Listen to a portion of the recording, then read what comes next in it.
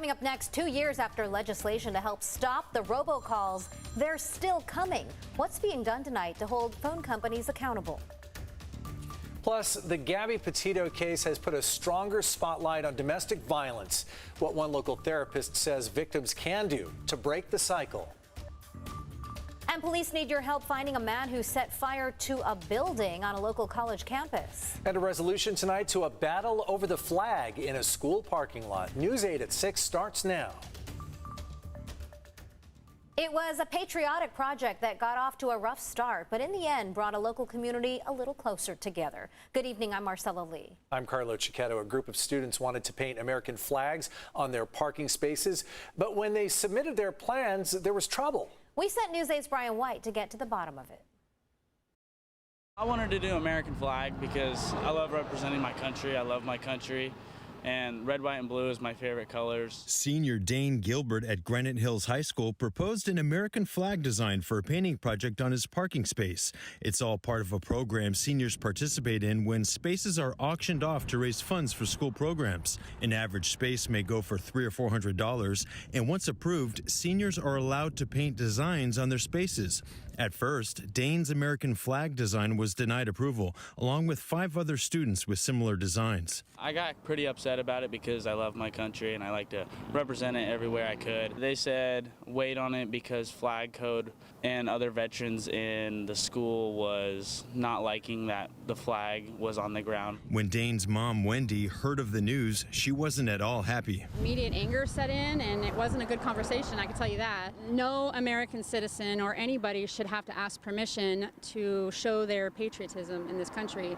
She took to social media, and her post went viral with lots of comments and 345 shares. This flag means freedom, and nobody can take that away from us. The Grossmont Union High School District reached out to the local VFW in El Cajon to ask their opinions as veterans on the flag being painted on the ground. I told her immediately that I didn't have any disagreement with it. I thought it was great that there's 6 young patriots out of Granite Hills High School that are proud to display the American flag. Tom Dorsey is a chaplain at the VFW post in El Cajon. For him, the flag carries great meaning. It means everything. When I was in Vietnam, as long as that flag was flying, we were fighting. If there was no flag up there, then we're goners. So, yeah, it means a lot to me. With no objections from the VFW, Principal Fowler notified parents Monday that their American flag designs could move forward. Dane received the news on his birthday, no less. Oh, it was great. Your birthday, too? Yeah, on my birthday, and it was a great birthday present. It's a blessing, and now we're ready to paint. In El Cajon, Brian White for News 8.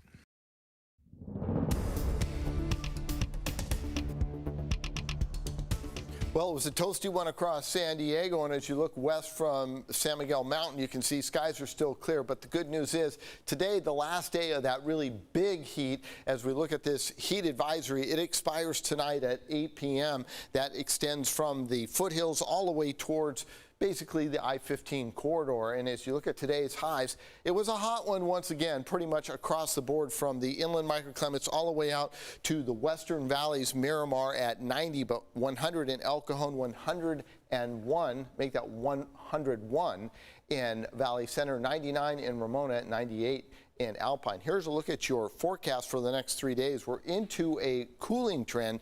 So tomorrow 79, 75 and into the weekend. And for you folks in the inland microclimates, out of the 100s and into the mid 80s, low 80s by Saturday. Carlo? Thanks, Sean. A convicted killer is back in custody tonight after escaping from his hospital room. Gabriel Cardenas was taken to Alvarado Hospital for undisclosed reasons last night around 11. Police say he was able to get out of his leg restraints and then climbed out a window and onto the roof. About an hour later, police say there was an altercation and an officer fired 2 shots. No one was hurt, and Cardenas was taken back into custody. The 36-year-old is serving life without the possibility of parole for killing a Cathedral City man back in 2014. It is certainly an annoying aspect of modern life. All of those robocalls, I know I get several a day. The responsibility is on phone companies to protect consumers, but right now, not all of them are. Dana Marie McNichol shares why the FCC could be blocking providers if they don't step up. Many of us are frustrated about the amount of calls we're blocking every single day from spam. It turns out phone call companies are required by law to install robocall fighting technology, but many aren't. Unwanted calls are not only annoying, they terrorize and victimize vulnerable people. It costs Americans $10 billion a year in fraudulent losses. How much longer do we have to tolerate people's lives sometimes actually being destroyed when they answer an imposter call that looks like it's coming from their bank or even the IRS? It's 2021. Shouldn't there be technology to stop this? Well, there is. In 2019, Congress passed the Trace Act, which gives the FCC brand new technology to fight unwanted and illegal robocalls. This message is from the Social Security. If you're interested in renewing your auto warranty, the problem lies within the phone companies. They haven't implemented this technology yet. We have more than 80% of phone companies not doing all they can to stop robocalls. They had until June 30th to report their status as it relates to implementation of this call blocking technology. It's called Stir Shaken, which makes sure the number you see is the number that is actually calling. We are calling on phone companies, large and small, to just obey the law. Sander Cushion with the California Public Interest Research Group found alarming results after analyzing the FCC database. Here are the top 5 providers in the country. Only 2 are using this FCC-mandated technology, while the others have reported supplemental methods of protection. The report also finds only 17% of the more than 3,000 U.S. phone companies have completely implemented it. This year was supposed to be the year that the surge of scam robocalls slowed down. California Attorney General Rob Bonta says he's been working with the California State Department of Justice and sister states to lead the legal charge in holding both the FCC and phone companies accountable for their lack of action. So now we wait and see if those annoying phone calls stop coming in and if the cell phone companies comply. Thanks, Dana Marie. Governor Gavin Newsom is pushing hard to protect women's reproductive rights in California. He signed new legislation today that he says will further the state's commitment to ensuring access to essential reproductive and sexual health care services.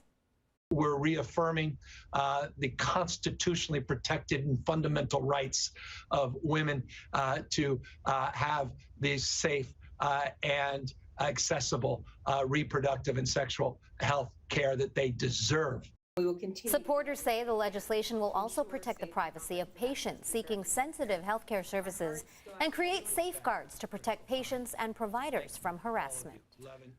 Students at several Poway Unified schools aren't just thirsty for knowledge, they're also actually hungry for lunch. This year, lunch lines are longer than ever, and as a result, some students aren't getting to eat during the meal period. News 8's Steve Price explains why things have changed. It's a math problem that schools across the state are having to solve, and unfortunately, there's no easy answer. If the lunch period is 35 minutes, but the line to get food is 40 minutes, how do you make sure every student has time for lunch? A Del Norte High parent sent us this video. They're concerned we're now several weeks into the school year, but students are still waiting in long lines to get lunch. I've seen kids who are just unpack their lunch and there's literally like 2 minutes left of lunch. And Senior Mustafa Sharaf says he's personally seen students quickly take 5 bites of their food, then throw the rest away just so they can make it to class on time. We are aware of the longer lunch lines at some of our school campuses. Christine Peck says there are 2 main issues here. The first is that the pandemic is still hitting a lot of families hard, so the federal government is requiring schools across the country to offer free lunches to every student. As a result, they're serving a lot more meals. The second is a hiring shortage. In fact, available job openings are front and center on the district's website. We do need more food and nutrition workers, but there's a hiring and staffing shortage, not just here in Poway Unified, but across school districts in this county. Peck says the district is trying to come up with solutions, but there's no quick fix. You can't just extend the lunch period. You know, all of our school schedules are built around required instructional minutes, so a longer lunch period cuts into teaching time. For students, the situation extends beyond hungry stomachs. Lunch is also a time to fill their hearts with friendship, but the lines are preventing socialization And there's the issue of waiting for half an hour in the hot sun. A lot of people have to stay in huge lines in the heat, and so people like to take off their masks outside, so it can also spread COVID. So it's a really big problem. The free lunch program is being subsidized by the federal government this year, but California has already said it will continue to pay for the program in the future. So the long lines will continue. A lesson for these students that there really is no such thing as a free lunch. In Poway, Steve Price, News 8.